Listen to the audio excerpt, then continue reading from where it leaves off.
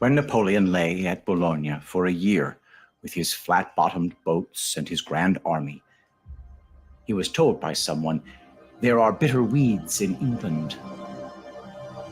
There are certainly a great many more of them since the British Expeditionary Force returned.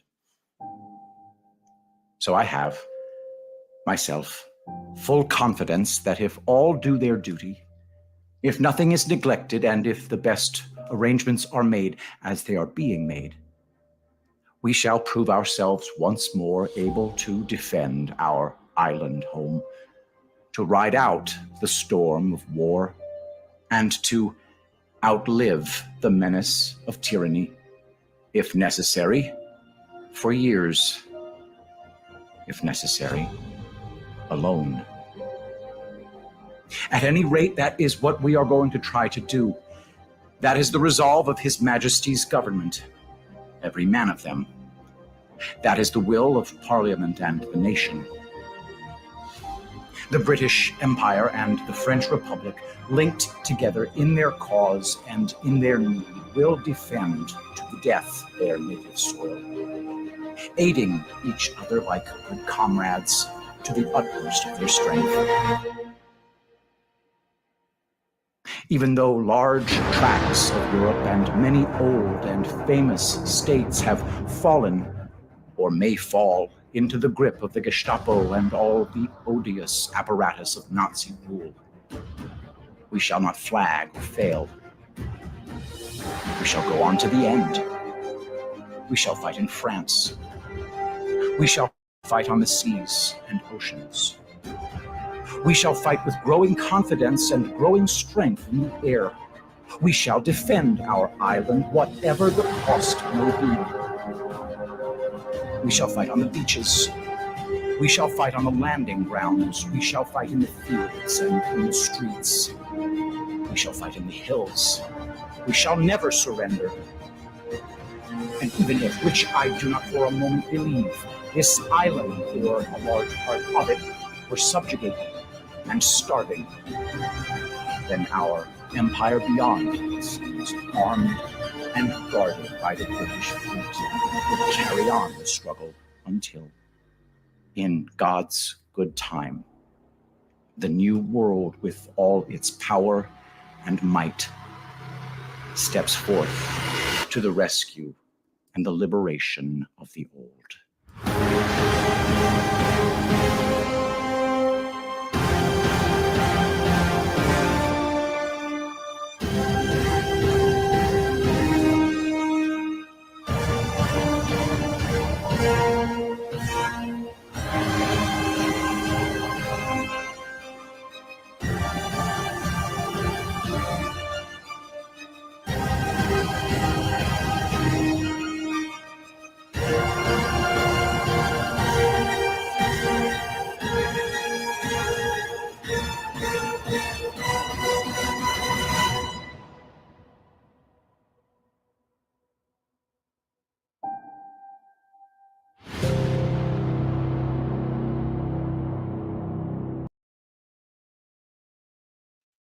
Greetings, my dear friends, and welcome to another episode of Reading Epic Threads. I'm your host, Patrick Gunnels, joining you from Houston, Texas, this July 22nd, 2024 at 3:05 p.m. Central Daylight Time. No, some of you might be wondering, why do I keep skipping days of reading Epic Threads? You know, I very rarely mean to. For example, today I just put together about 17 different partitions in sterilized mason jars of the oil portion of rainfall. We're waiting for shipments of the aloe vera magical gel that we get. It's fully organic, and we're going to be combining them in parcels and able to make larger amounts at a time. So go to epicminerals.net and get your rainfall, guys. We're going to be shipping a mad amount of rainfall tomorrow.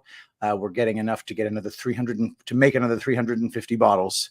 So get them while they're hot, guys. I'm really, really enjoying the response to this. Check out the reviews if you get the chance. Those of you watching on Twitter, please go ahead and hit that heart button, maybe give it a retweet. And those of you watching on Rumble, I sure would appreciate it if you would hit that thumbs up and share this video with other people. Really helps when you do that. All right, let's go ahead and do piece of the day, which is Naomi Wolf.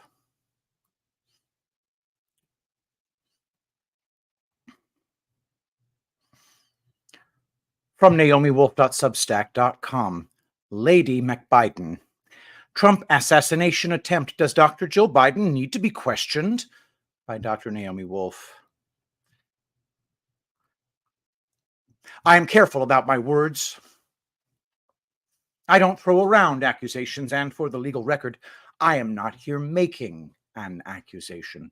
This essay is deliberately written so as not to be an act of defamation or of libel. Here is my immediate response on Saturday, July 13th, to the assassination attempt.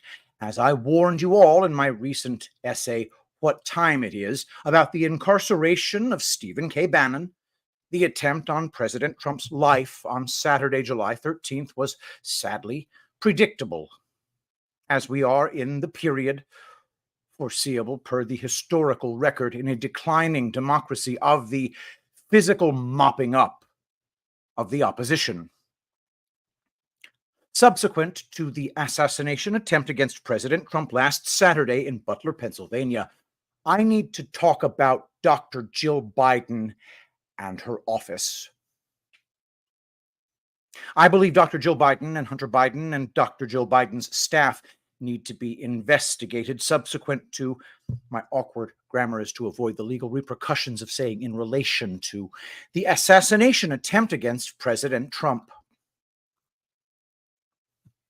In general, being careful about libel law, I need to discuss the realities of what days are like in the offices of POTUS, President of the United States, and of FLOTUS, First Lady of the United States. We all know by now that President Trump's Secret Service detail left around him gaping vulnerabilities. My husband, Brian O'Shea, at Brian O'Shea, SHEASPI, who spent a career in military intelligence, and then in private security, including in close protection.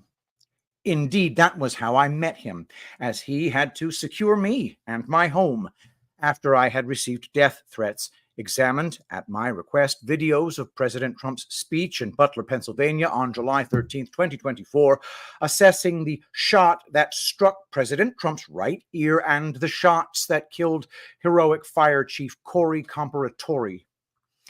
Brian identified at least 10 major security practice anomalies. These ranged from a missing third counter sniper team, meaning that a fan of a given area is left unprotected, to the fact noted by many that several of the Secret Service agents were too short to cover President Trump, thus leaving his head and neck fully exposed after shots were fired, to the fact that neither building from which the alleged assailant, 20-year-old Thomas Matthew Crooks, fired his shot or shots, nor the parking lot in front of it, was secured, to the fact that one of the Secret Service agents fumbled so obviously with her weapon, not succeeding in replacing it in its holster, that this revealed, in Brian's view, a lack of familiarity with the weapon as well as inadequate training. Since we recorded that video, many other important anomalies have been identified by commentators. Capping the many anomalies is the statement that Secret Service Director Kimberly Cheetle made to ABC News, explaining that no Secret Service snipers were placed on the roof of the building from which Crooks allegedly fired because it had a, quote, sloped roof. 4 days after the assassination attempt, as I write, it's clear and not a conspiracy theory that this event was not a simple tragedy, some random disgruntled kid somehow successfully firing at a president in spite of all the efforts of what are supposed to be the best security forces in the world but that other forces are at play. I need to explain some important things about this story based on my long experience around decision makers in comparable contexts. The first is that at an event such as this, nothing happens by accident. I was the wife of a Clinton White House speechwriter. My then husband spent his days traveling to events such as the one in Butler, Pennsylvania, or to the one at which FLOTUS spoke at the same time in North Pittsburgh, Pennsylvania, or to other similar White House events. So our household was familiar with the mechanics of the events that presidents and first ladies attend.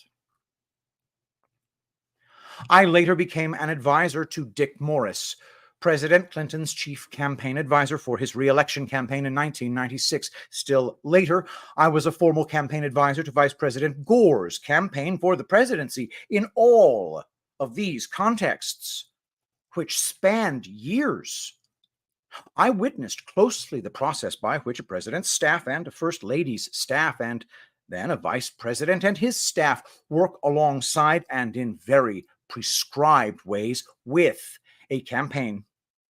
And I saw how staffers manage the day-to-day of the principals' jobs. People need to understand this process of how decisions are made during campaigns in order to avoid the mistakes in interpreting of the events in Pennsylvania that many are now making, and in order to avoid being spun by the spin to which Americans are now being subjected. I wish to stress that nothing at that level happens spontaneously or casually.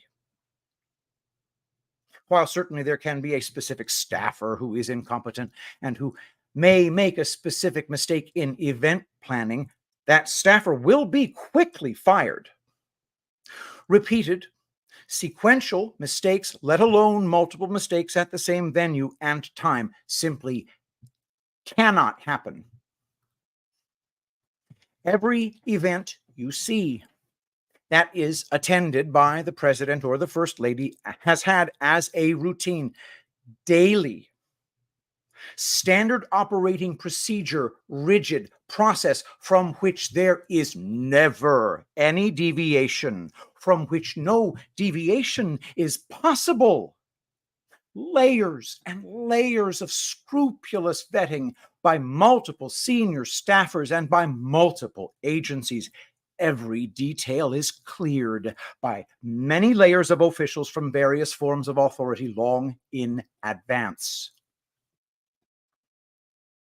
The current media and White House spin is that the First Lady, quote unquote, spontaneously decided to speak at an event promoted for at least a week in advance, a Sons and Daughters of Italy event for 200 at the Rivers Casino in North Pittsburgh. I state, and anyone who has worked in or with a White House can confirm or else challenge this, that there can be no such thing as a, quote, spontaneous addition to the schedule on the campaign trail.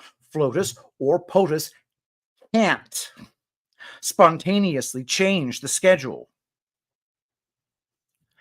An event is proposed during a campaign by the campaign manager. Julie Chavez Rodriguez is President Biden's campaign manager. Interestingly, she formerly worked for him in the White House as, quote, senior advisor and White House director of intergovernmental affairs, Joe Biden presidential administration, end quote. It's a long title. Jennifer O'Malley Dillon is President Biden's campaign chairwoman. She too was shifted over from the White House as she was senior advisor and White House director of intergovernmental affairs, Joe Biden presidential administration. It's word for word the same job title. Mia Ehrenberg is President Biden's campaign's national spokesperson. Somewhat creepily, she came over from having been press secretary for the U.S. Department of Homeland Security. Mia Ehrenberg, pictured here for those of you just listening.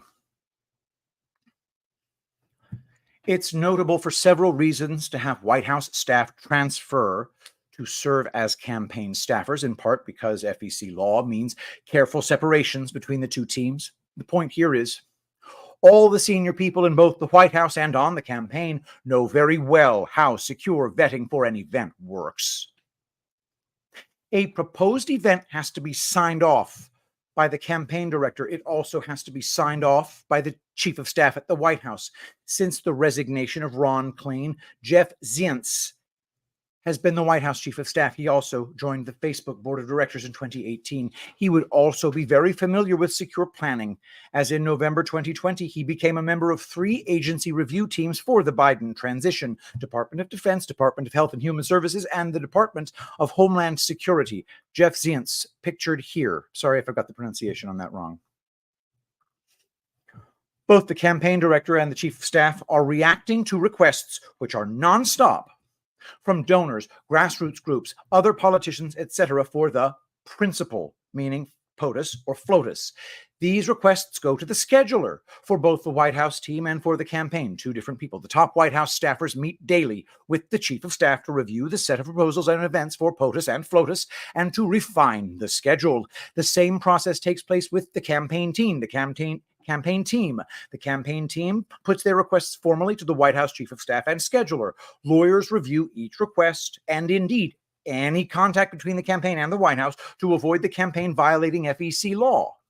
Each request goes to all senior staffers, including the chief of staff, before it is put by the scheduler, a very important, influential person, onto the all-important schedule. The process of clearing an event to put on the schedule is multifaceted and ironclad.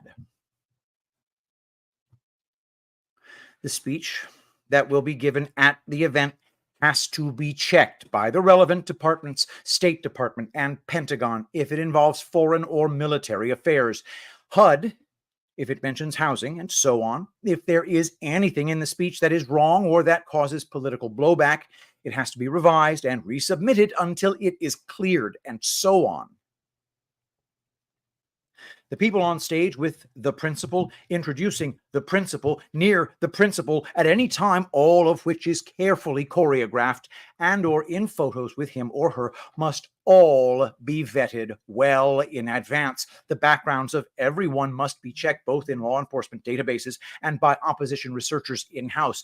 Did they say something racist in 2004 or harass an employee in 1998? It all has to be examined in advance in order to protect the reputation of the principal from unexpected risk, blowback, or bad press. The physical venue has to be thoroughly checked for every event. Physical plans of the venue, including, to my knowledge, architectural plans, are sent to the White House and to campaign staff and are available to both the advance team and to the security team. Again, this process is recalled from my experience 24 years ago. It may have changed.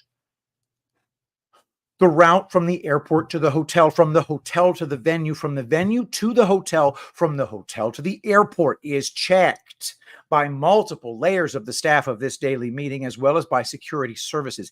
Ingress and egress to and from the venue must be similarly checked by the Secret Service. Roofs and basements are checked. Perimeters and parking lots are checked. Security plan, which includes what to do in an emergency, is devised by the Secret Service for that specific venue and then signed off by the Secret Service in advance. And only then can the event be placed on the schedule. If the venue is not easy enough fully to secure, the Secret Service will say so. That is a crucial, central part of the Secret Service's job, informing the White House staff and the campaign staff when something they hope to plan is not safe, if that happens. The staff cannot overrule the Secret Service, to my knowledge. Even POTUS or FLOTUS, to my knowledge, cannot overrule the Secret Service if an event or venue is not safe. And if the Secret Service says so, this is not an informal, easily misunderstood verbal back and forth, but it is quite formalized. The scheduler cannot okay an unsafe venue for final placement on the schedule. This requirement to vet all attendees near the principal and to clear the safety of a venue or event can cause a lot of friction at the daily meetings. Everyone at that daily meeting has an agenda and wants his or her own event, or an event serving his or her own donors or constituents, or one showcasing his or her policy goals to be placed on the all-important POTUS or FLOTUS schedule. The venue and surroundings will also be physically checked by the security team in advance of the event. The advance team, a separate group, also checks it in advance, hence the name advance team. This happens days before. If there is a problem, that previous advance trip is intended to surface and remedy it. All this protocol means that the perimeter, the parking lot, the rooftop, the basements, the stage, the bleachers, even the security fence that videos show in Butler, Pennsylvania, prevented police from detaining Crooks in advance of his weapon being fired, should all have been physically checked and okayed in advance, all the way up the chain of command for the Secret Service. Standard operating procedure in this way prevents any Keystone Cops type scrambling around impediments such as barrier fences, any confusion, and any plaintive cries of, "What do we do now?" All of which we saw and heard in Butler, Pennsylvania. Evidence of this prior planning is the diamond-sharp, thoroughly drilled, hyper-certain, coordinated reaction of Secret Service in 1981 to the shooting of President Ronald Reagan by John Hinckley. This earlier Secret Service response took President Reagan out of the shooter's range in seconds, not, as is in this case, many long minutes. See the difference for yourself. Let's just take a look, shall we? Oh, Google isn't responding right now. Okay, we'll check it out later. The assertion now by Secret Service that local police in Butler, Pennsylvania were in charge of securing any part of the venue is baffling to anyone who has worked in or with a White House advance team. That is not how anything related to secret security operates, to my knowledge. If the standard operating procedure has changed in the last 20 years, then U.S. Secret Service procedures have dramatically deteriorated, or else someone who does not want to secure U.S. principles to the traditional standard, or at least not consistently, is now in charge. Having seen how closely an event is scrutinized in advance and how many layers of staffers in both the White House and the campaign need to sign off on it, let us look at the First Lady. FLOTUS chose to speak at 5 p.m. on July 13th, 2024 at North Pittsburgh at a closed event of 200 at a casino. 5 p.m. was the exact time of President Trump's speech in Butler, Pennsylvania. FLOTUS's event was 54 minutes away from President Trump's. Vice President Kamala Harris also spoke in Pennsylvania that day at an event broadcast from 1 to 5 p.m. at the Philadelphia Convention Center at an APIA Votes, Asian and Pacific Islander American Vote Town Hall. Press around this event describes VP Harris as our nation's first Asian American vice president. The point is, both surrogates for President Biden were speaking at closed, secure venues with limited entry points. Did FLOTUS's event at Harris's require dozens of top Secret Service operatives, leaving President Trump exposed? Did these two events require all of the tall Secret Service operatives, or all of the Secret Service operatives that were actually well-trained in use of their weapons? How did the Secret Service operatives who were with First Lady Jill Biden react when it was clear that a gunman had fired at and injured a president less than an hour away? Was FLOTUS whisked out of her casino event, as is standard when there is a heightened security context in the country, or did she calmly finish her event? Where did she go after that? Did Secret Service get her to a more secure location than the one that was initially planned for her? That heightened response would have been standard under normal circumstances at that point. It would not have been known if the attack was on President Trump alone, or perhaps an attack by a foreign enemy on multiple U.S. principals. What communications did Flotus's office have with the White House chief of staff, with the Secret Service, with the campaign? It would be normal for there to be coordination related to security. Here is why I ask all of this. I see the First Lady as suspect number one. Hypothetically speaking, of course, lawyers, in my concern about who it was who may have put President Trump in danger.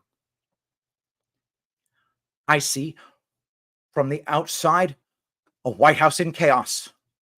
I see clearly that there is a civil war inside the White House. The DNC, the chief of staff, probably certainly the donors, are furious that President Biden, with his obvious dementia, is not gracefully stepping aside following his disastrous performance in the last presidential debate.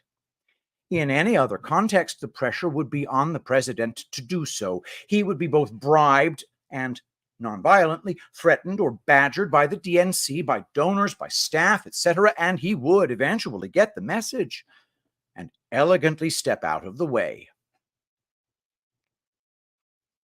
That obviously is not happening. Just for context, this was before Biden stepped down. Reports, and these are leaked no doubt by furious donors and DNC operatives, are that the family, and specifically that Mrs. Biden and Hunter Biden, are unmoved and preventing this graceful exit. This is a really Shakespearean situation. There may well be a last feverish, embattled holdout situation with a demented principal essentially held hostage by his family, a power-crazed First Lady in charge, and a drug-addicted Hunter standing at her side, all of them hanging on for dear life, resisting at all costs the encirclement, relentless pressure, and rage of the mafia-like powers of the DNC and Democratic donors. They may be resisting even the advice of their uneasy staffers. Notice that you barely know the names of Biden White House or campaign staffers. They want to protect their reputations in this debacle. I certainly see this overall scenario in the organizing of legacy media into creating situations that embarrass and expose President Biden's dementia, situations that would have to be engineered and signed off on by Biden's own team. You have to ask yourself thus, who is running the United States of America? There are 1,000 decisions a day that a president needs to make. President Biden's mind is gone. He cannot make them. Lobbyists from both parties describe a White House that they enjoy greatly because they say you can put anything in front of this president and he will sign it. Who is running the United States? Is it, as with First Lady Edith Wilson, who secretly ran the country for 2 years after 1919 when President Wilson suffered a stroke that left him impaired, Mrs. Biden? When President Biden is on camera, you see that it is First Lady Dr. Jill Biden who directs his glance, his words, his movement. In those 1,000 presidential decisions a day, is she also directing his pen? If not she, then who? It is not a trivial question. Whoever is actually running America, it is clear that Mrs. Biden does not wish to leave the Oval Office or the White House. She and her husband, certainly her son, are all at risk of investigation or worse under a new Trump administration. She, more than anyone who is fully sentient in her family, needs President Trump to go away. So, in my calculus, President Trump's rival is not the impaired President Biden. It is the First Lady. I have seen up close how the unlimited power of the presidency and the nearness to unlimited power of the vice presidency can destabilize the wisest judgment and seduce the strongest mind. This level of power has an addictive quality. People cannot stand to give it up. They will do almost anything to keep it. The weird lapses at Butler, Pennsylvania, the weird messaging after the assassination attempt from Director Cheetle, who is, nota bene, a Jill Biden advocated hire, have a ragged, improvised quality. A destabilized, desperate First Lady could, theoretically could, don't sue me, imagine that she might, via her staff, direct all of the able, experienced Secret Service agents, all the tall Secret Service agents, to her own event and to the vice president's, and that she could thus leave her rival physically exposed in Butler, Pennsylvania, and that she could get away with it. In a POTUS or FLOTUS office, everything is about deniability. Directions are put on paper as rarely as possible. No one would ever say directly in 2001 in a Bush Jr. White House, "Don't follow up on warnings about a terrorist attack." Just as no one would ever say directly in a Biden White House, "Hey, leave a security vulnerability open for President Trump's event in Butler, Pennsylvania." The outcome that leadership wishes, if it is a bad one, is usually inferred by those around the principal by reading between the lines. The communication tenor is much more like England's King Henry II's line, "Will no one rid me of this meddlesome priest?" Quote, several nights took Henry II's outburst, "Will no one rid me of this meddlesome priest?" to mean that the king wanted Becket dead. They murdered Becket near the altar of Canterbury Cathedral on December 29th, 1170. There has been historic reluctance to challenge any First Lady, but someone made the decision to surround President Trump with tiny female Secret Service agents, at least one of whom cowered behind him while he was being shot at and who appeared later not to know how to manage her holster. All this happened when who knows how many tall, strong, experienced Secret Service agents were just 54 minutes away. Someone made sure to arrange to be short of a third counter sniper team. Someone made sure to fail to secure a building 130 meters away from the speaker. Someone is directing Secret Service Director Cheatle to give nonsensical answers. This is itself a message about impunity.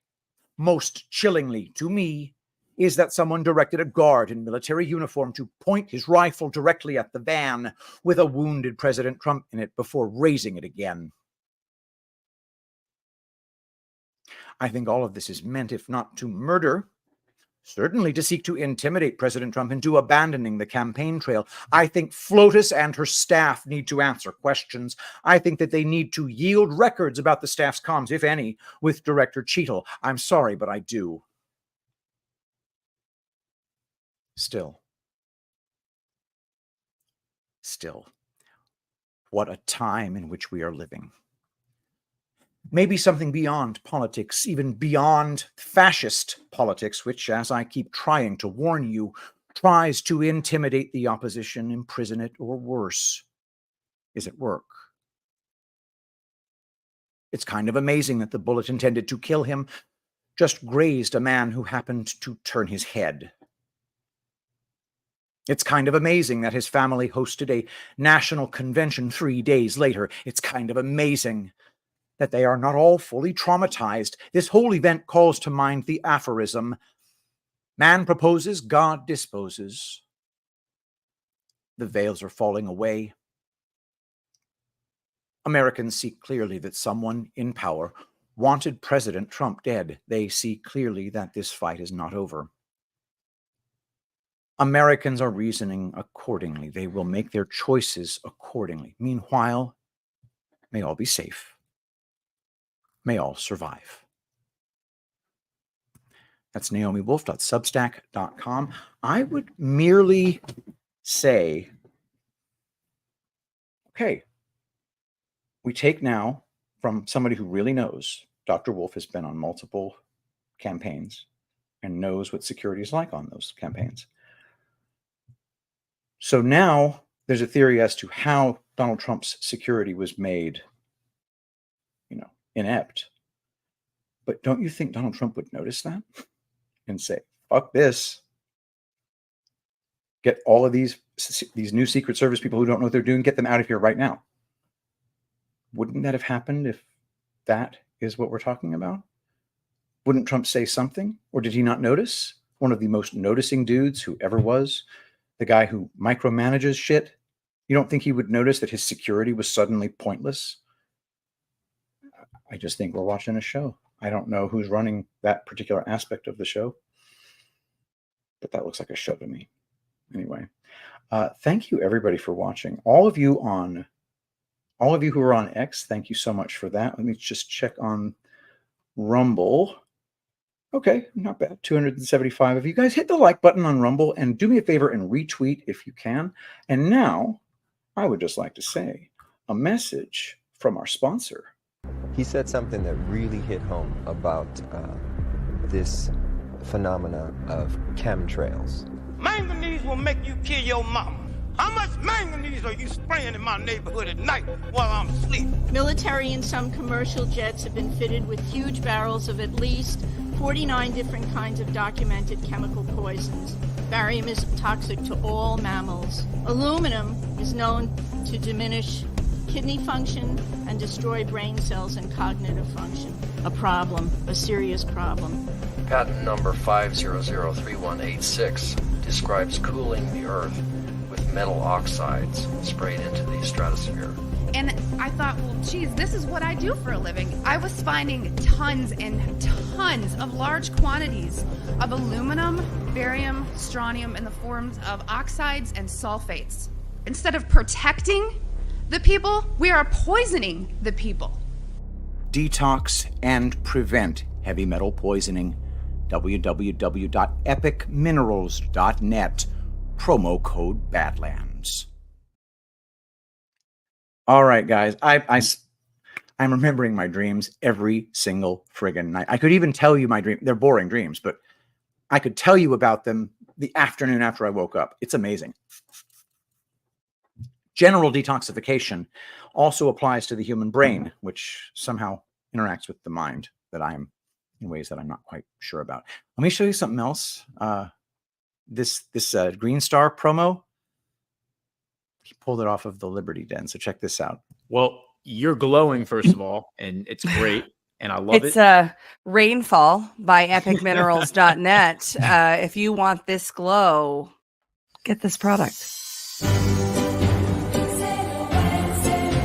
Rainfall by epicminerals.net. Zeolite while you're at it. Absolutely. Promo code Badlands. Like using Zeolite, it's great. It's fantastic. Skin will glow like Patrick's Liberace shirt. Every time you use promo code Badlands with either one of these products, money is directly deposited in a Badlands account going directly to Badlands creators. It was absolute and complete justice. It was victory. It was victory.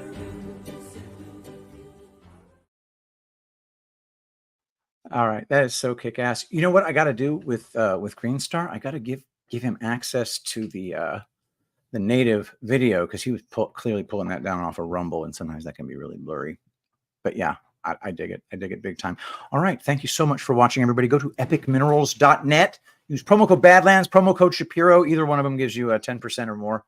If you do the Badlands promo code, it goes straight. Part of the money goes straight to a Badlands, an account to contribute to Badlands creators. So it really helps pay the bills. Get your Zeolite and get your Rainfall. Best lotion ever. I'm totally like.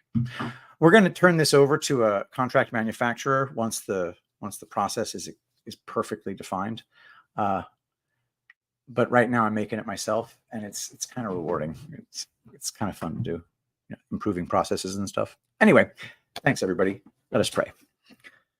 Saint Michael the Archangel, defend us in battle. Be our protection against the wickedness and snares of the devil. May God rebuke him, we humbly pray, and do thou, O Prince of the heavenly host, by the power of God cast into hell all evil spirits who prowl about the world seeking the ruin of souls. Amen.